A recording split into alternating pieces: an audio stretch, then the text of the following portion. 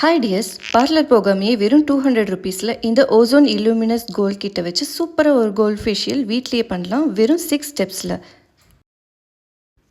Step 1க்கு அவங்க கொடுத்துருக்கிற illuminous gold tan take off கிளென்சரை வச்சு வெட் ஃபேஸில் நல்லா கிளென்ஸ் பண்ணி வாஷ் பண்ணிவிடுங்க. தென் ஸ்டெப் 2க்கு கோல்ட் ஜென்ரேட்டிவ் ஸ்க்ரப்பை டேம் ஸ்கின்ல அப்ளை பண்ணி 2-3 மினிட்ஸ் நல்லா ஸ்க்ரப் பண்ணி வாஷ் பண்ணிவிடுங்க.